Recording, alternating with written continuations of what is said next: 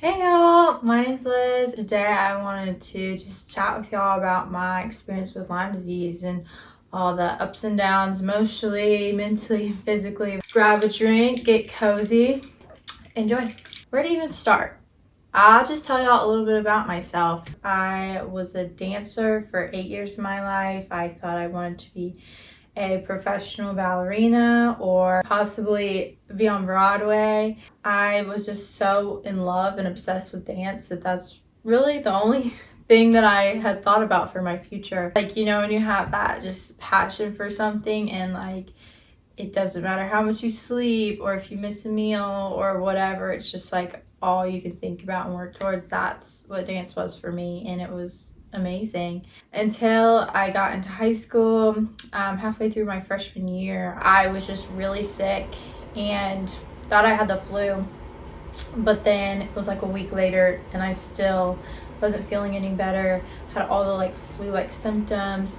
And then another week had gone by, still wasn't feeling better. And I remember I'd gone to the doctor every Monday for 3 weeks. And by the third Monday, my doctor was like, "What are you doing here?" I was like, "I don't know, please help me."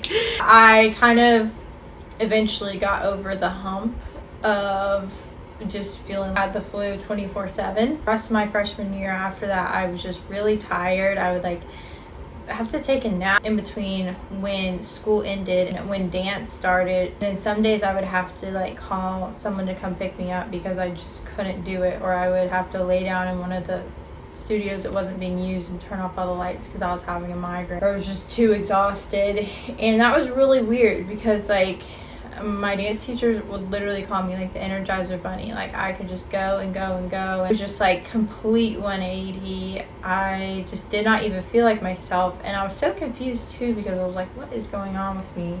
And I'd also started gaining weight, and it wasn't for any reason. I wasn't dancing as much because I was exhausted, but I also wasn't eating as much either because I didn't feel good, and it was just so weird. So I was not feeling good. My physical appearance was changing. I was exhausted and confused and what in the world is going on? Got to the summer after my freshman year and was kind of doing better. I got to do our 3-week intense dance camp. I still wasn't really feeling like myself, but enjoyed the summer. Felt like things were just a little bit off, but nothing too crazy. And yeah, I had just tried to get honestly back to my normal self and tried to start dancing that fall when I went back to school, but that didn't really work out because I was just literally at that point, by the end of the school day, I would have to go home, take 2 to 3 hour nap, wake up, do my homework, and then basically go back to bed. And that was pretty much my life for the first part of my sophomore year. And I still tried to do things socially because I had to completely cut back on dance, and so I tried to at least have a social life. I really just did not feel like myself though. November hit. I woke up Monday morning to go back to school after Thanksgiving break, and literally it felt like this flip had switched. It was circuit, you short a circuit in your house and your power goes out. That's literally what I felt like had happened. I felt like there was this circuit that was kind of flickering. I don't actually know that much about circuits, so this could not make any sense at all. It was just this flickering for months and months and months since I had what I thought was the flu back in January. And so it was this flickering, about to fade, dimming, and then that was the straw that broke the camel's back. It's just I had no energy. I couldn't go to school. I remember I was like, "Dad, can you just take me in late that day?" And he was so sweet and picked me up. And I just remember breaking down crying. And I was on the way, and I was like, "I can't do it anymore." And so we turned around, came back, and I got on the couch to hopefully sleep it off. But after months and months of just pushing through and not even knowing what was wrong with me, but just being oh, I'm just more tired than normal, I need to push through, I couldn't push anymore. My life was kind of just going to see doctor after doctor, trying to find an answer, and sleeping in bed or on the couch all day after that. I didn't really even have energy to hang out with my friends. I couldn't go to school. I had to get a homebound teacher who was amazing. She helped me just not have to drop out of school. My whole life changed overnight. I could not dance at all after that, and exercise had always been my therapy kind of. Whenever I was feeling frustrated or overwhelmed, I would go dance, or I would go and run or a bike ride or whatever, and I all of a sudden didn't have that. I didn't have the emotional support of like getting to see all these people every day and be around my friends every day. I didn't have like everything that I saw as what life was. So I just felt like I had become this hollow version of me that didn't have any energy and didn't have anything to offer the world. And so yes, I couldn't do anything physically, but also mentally and emotionally I just felt like so ashamed of this like person that I had become. And I just kind of removed myself too, because I just didn't have any energy to give, and I didn't think anyone wanted to be around that. Now I know that's the biggest lie I believed, but it truly felt like the most lonely place I had ever been in, and I just felt like so empty. Like everything I had worked to build for myself, or this person I had worked to become that would be likable and acknowledged and seen and respected, was just like gone overnight. I just really felt worthless, honestly. I was kind of in this state till the end of my sophomore year. I had done a whole lot of research because we had gone to doctor after doctor, and they had told us to go to this specialist and this specialist, but each specialist and each doctor would tell us like, there's nothing wrong with your blood work. And then several doctors told my mom, teenagers just get depressed, you know, like I think you need to take her to a psychiatrist or a counselor or whatever. And me starting to doubt if I was kind of like making up all of this in my head was only reinforced more and more by what they said. And that was just really defeating, because not only was I doubting myself, but I felt like the whole world was doubting me and being like, just stop making this up, stop faking it for attention, try harder, like what's wrong with you, why can't you just get out of bed? And most of me believed that for the rest of the time I was sick. Not only did I feel so alone and so worthless and so like, what did I become? But it was like, what did I become for nothing? Because there's nothing even doing this to me, you know? Like, I just let this happen. Like, what in the world is wrong with me?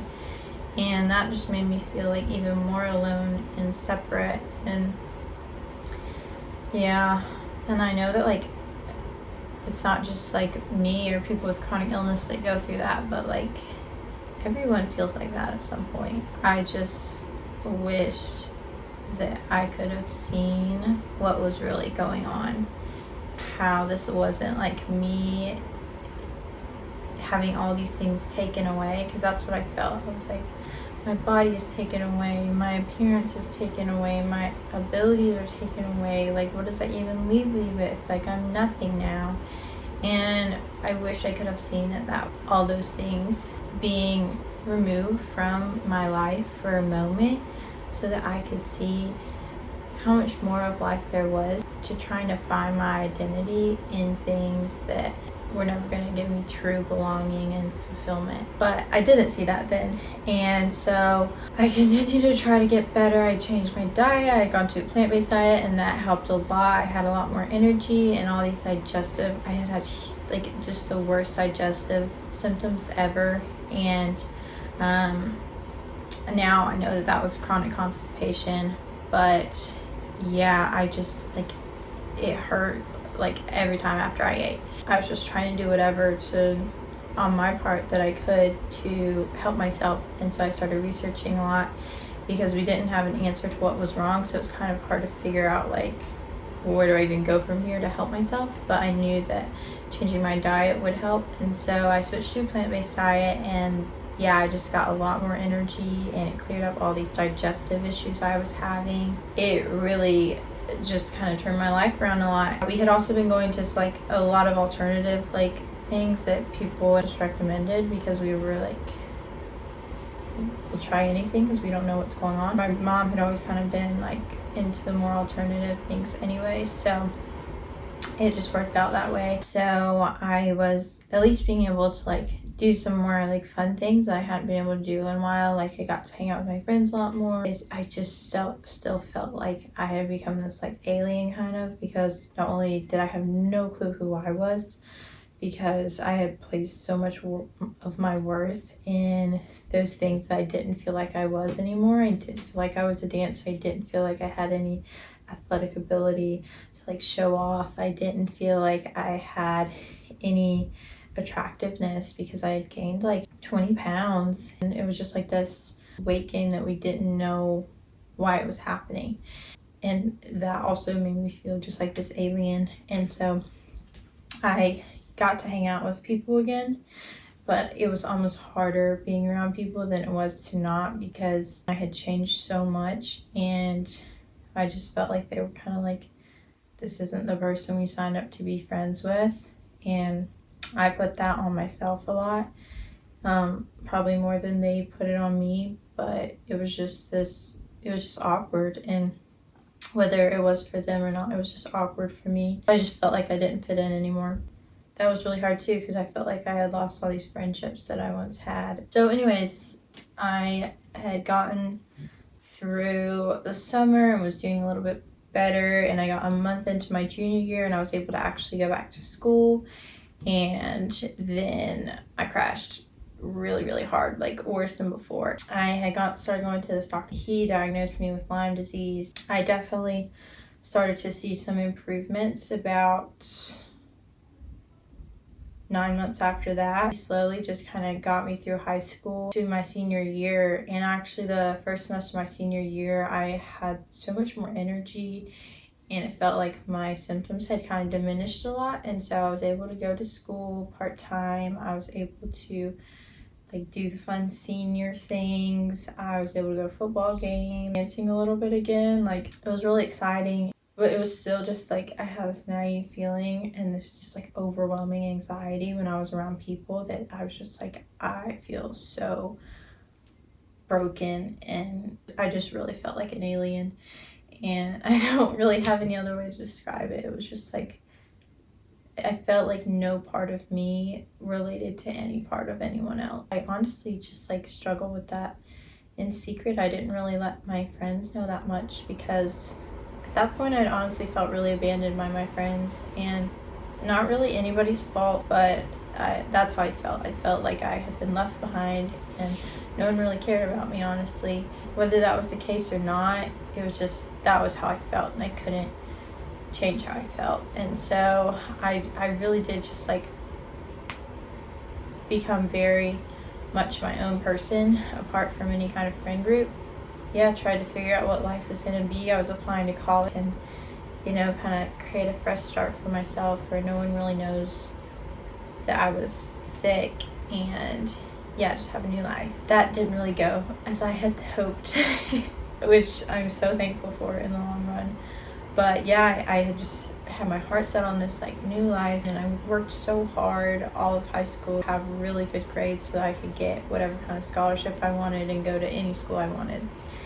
And then I started taking the SAT and the ACT, and at that point we didn't realize how much Lyme had affected my brain and like my mental state, and I could not focus to save my life. Sometimes like I would have to reread a question on just like a normal test like 10 times before I could like pay attention to the whole thing long enough to like I would read "the cat is black and sat on a mat" like 10 times to like just fully be able to grasp what it was saying.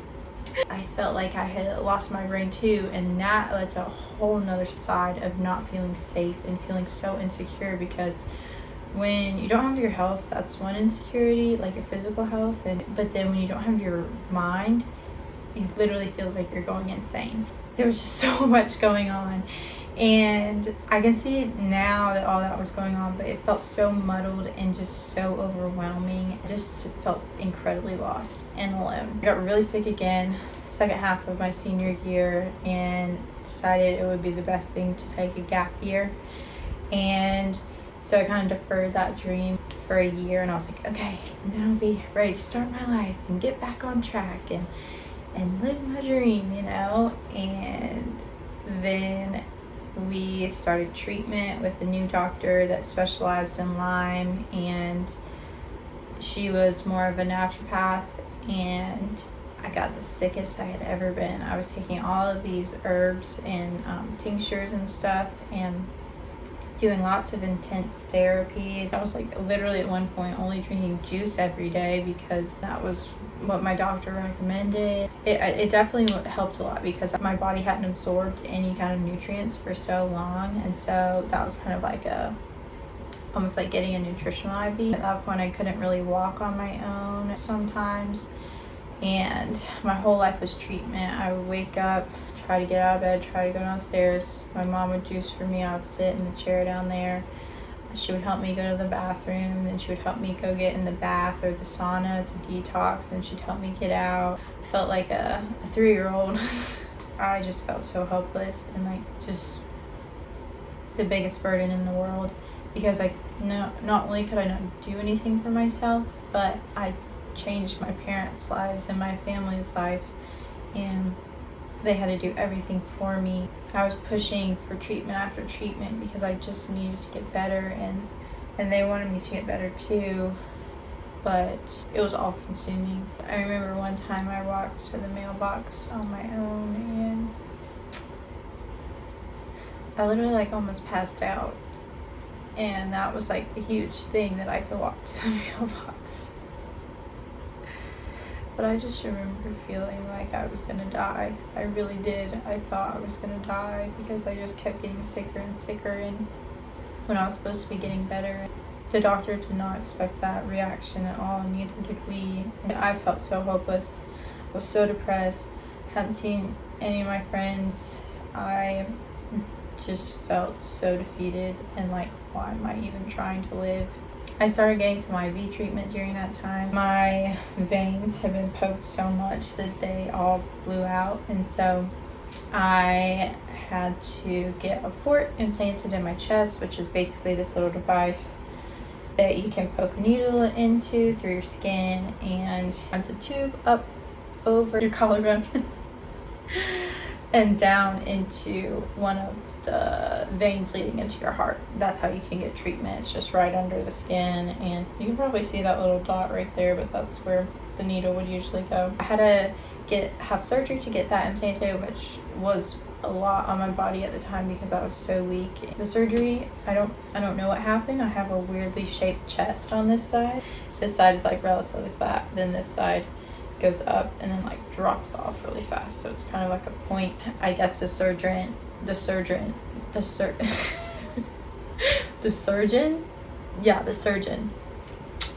he just placed it a little too far, so it was sliding whenever you would try to get it with the needle. After about 6 weeks of them trying to access it, so that meant they stabbed me in the chest with a needle for 6 weeks.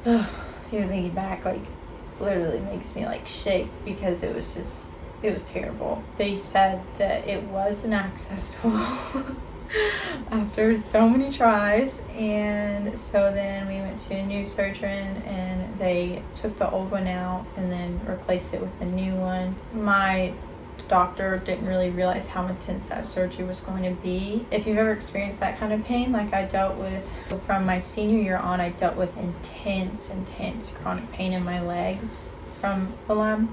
So I had been dealing with that and had been on different pain medicine for that because it had just gotten so out of control. Like, I couldn't sleep at night. I was having like what they would call pain insomnia, and I'd already had insomnia for years before that since I had gotten sick with Lyme. And yeah, so it was just a whole mess. So this pain from the surgery was, there's no words to describe it. It it took over my whole body. I started throwing up, which was even worse because when you throw up, you know, it's like contracting all of this. And that's where I had just had 2 surgeries in one. Finally healed from that, able to get those treatments, the IV treatments again, and started doing better. But my parents were like, if you want to like not have to reapply to colleges, you need to start taking some classes. So I started taking 2 classes. So yeah, I was like nervous going into it if I was gonna be able to keep up, and I did. I got through the 2 classes, but then it was too much for me the next semester, so I had to take off. And at that point, I honestly just did not really see myself living for that many more years at that point. And so I couldn't really like see a life outside of what I was living. I was just so blinded by all of the physical, emotional, and mental pain that I was in. So at that point, I was like, this is going to be the rest of my life, which is probably not going to last too much longer if I don't make some kind of serious change. I was just so tired of never sleeping, being in constant pain, feeling like a burden, feeling like I just had nothing left to give. I had heard about this new treatment, and I was like, oh, this is going to be it. This is going to be the one, because that's how I felt about everyone. And I had honestly given up hoping that things were going to work. So I was like, this has to be it. I'm just going to tell myself it has to be it, and this is going to be it. That kind of creates like your body's own specific vaccine to Lyme disease in a way. So the Lyme can't exist in your body anymore, and it dies off. So I had gotten the SOT in February, I think, and one of our friends who had been really sick with POTS had done this brain retraining program, and literally like within weeks was like had gone from laying flat on his back for almost a year of his life to then like hiking, and it was insane. But I also was just like positive thinking and all that, like, and then I was also like, that just doesn't seem valid enough for the pain that I've gone through to then just change my thoughts and get better. Like, I need something that's like this, like cutting edge treatment technology. And to me, that's what the SOT was. I got the SOT, and within a few weeks, I hadn't really seen any changes, and I was getting discouraged, and I was at the point where I was like, okay, I guess I'll do it. Parents had really wanted me to do this brain retraining program because they had seen just how insane the results were with our friend. And so I was like, okay, I guess I'll give in. And like literally I was so against it that like my mom had to buy the program and literally had to sit me down in front of the computer and watch it with me. Like, that's how against it I was. Literally, like from a day or 2 in, I started seeing just like amazing results. Like, I had more energy and everything. But that program, it just wasn't sustainable for me because it was like you had to do these different like visualization activities for like hours a day, and it would like consumed your whole life. And not that I had much of a life at that point, but it was just too much, and like this perfectionistic tendency in me was just like, you have to do all of it or don't do anything. So I just ended up after a month not doing any of that because I was like, I have to make this work for me. Yeah, I adapted the different things I learned from them and created something that was sustainable and that I did for a few minutes throughout my day. I learned about this idea of like micro habits, and I've always been a person that's like all or nothing, and like that's why I ended up getting really sick because I would just like push myself way too hard and then I just bottom out.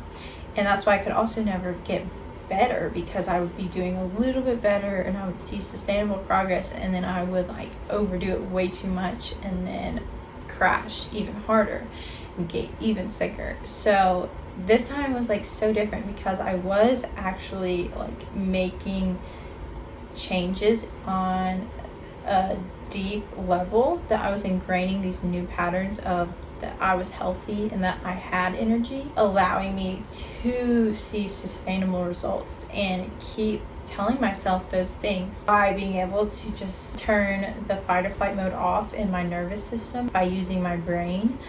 And what I was telling my brain, I was able to see like instant results, because when your body isn't constantly being like, freaked out and in this state of chronic stress, it can actually start to heal and go into the place where it's producing energy again instead of trying to conserve it.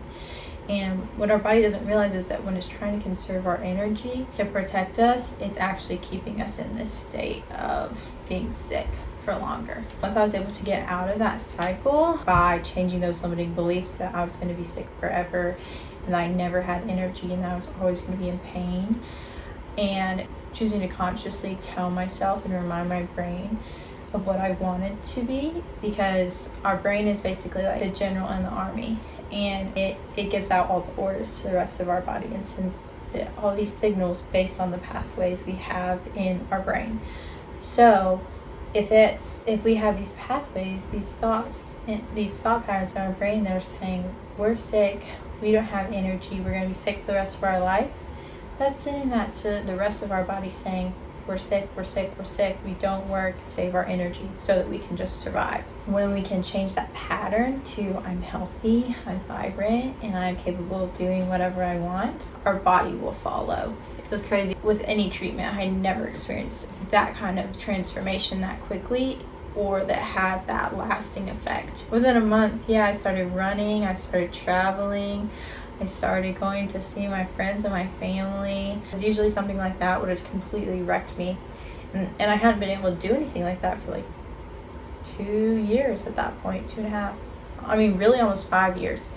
It was just like all of a sudden overnight I had my life back, and I was kind of like, okay, what do I do? You know? I was like, I had this whole new life that I never thought I would have, and I didn't know what to do with myself. And so I got into watercolors because I was like, that sounds fun. And I'd always been into art, and so I was like, okay, I'm gonna change my major to art. And so I re-enrolled at Clemson as an art major. I moved out a few months after and started school in August. I was living the full college life, and it was like this weird dream, but also looking back, it was like the sickness had been this weird dream, and I was just like learning who I was again as a person, not defined by how I felt or this sickness. And it was crazy. And so I was in art for a year, and then the pandemic hit, we went home, and I was taking some art classes and rediscovering life, and just also started doing a lot of intense, just like emotional healing. That was one thing I hadn't really addressed a whole lot. Like, I had been doing emotional healing with my coach, but I hadn't really started doing it for myself. And so I started learning from these different people and different programs about how we have all these emotions that are trapped in our body, and when we don't fully express how we feel in the moment, that gets trapped and stuck, and so we kind of become emotionally constipated. We get like this emotional sewage built up in us, and that then causes us to not feel good physically, mentally, makes us feel depressed and anxious. So I started working on healing all these emotional wounds that I had from not only being sick, but just from my whole life, because everyone has them. Like, even if you have the perfect childhood growing up, life is life. We all have wounds to heal. And so that was the most liberating thing, and I started to gain a lot of confidence in myself again, and not based on anything other than me being whole and loved and lovable, and starting to find that as my identity, which is a theme throughout all of my sickness, but really like started to embody that with this emotional healing. I just made that a priority during quarantine and during this whole past year, and through that I was able to start my own business. I sold gluten-free vegan cookies at our local farmers market, and I had decided to drop out of school. I found out about this art program to become a professional oil painter in a year, and so I was like, that sounds amazing, and I think that's what I want to do. But I also knew, I was like, I've learned all this stuff. I've learned about how we can use our mind to heal, and how we can heal our relationship with ourselves by healing all these emotional wounds, and just changing all these limiting beliefs we have about ourselves. And so I knew that there was so much more that I wanted to share. So that's when I created this whole program to help people retrain their brain and heal emotionally, to fully heal from Lyme disease and create sustainable and lasting healing and step into that like I've been able to. That's kind of the story of my experience with Lyme. And I just want to say, if you're watching this and you have chronic illness, mental or physical, or you've dealt with trauma and have a lot of emotional wounds, life isn't over. This isn't the end. This is really just the beginning. Like, as cheesy as it sounds, this is really just your cocoon, and the pain and discomfort you're feeling right now is just growing pains. You're just outgrowing the cocoon, and you, that has to happen in order for you to break out of the cocoon and have the strength to be able to fly. That butterfly that's just in the process of actually taking off. And people told me, like, there's so much more ahead for you. And I was like, whatever. I just don't want to be in the pain I'm in right now. And I didn't believe them. But, like, please believe me when I say that you are so loved and you're so worthy of living a life that's full and that's what you want to live, instead of feeling like a slave and a victim to your past and to chronic illness. Like, you're so much more. I'm just so proud of you for, like, showing up and continuing to show up in this world. And my DMs are always open. And if you are interested in doing the mental and emotional healing to get past this trauma and the feeling stuck in your chronic illness, let me know. And you can apply to work with me through the link below. I love y'all. Truly, truly, truly, I love you. And I am just so glad that you were here. So I hope y'all have a great day. And I'll see you on the next one. Bye.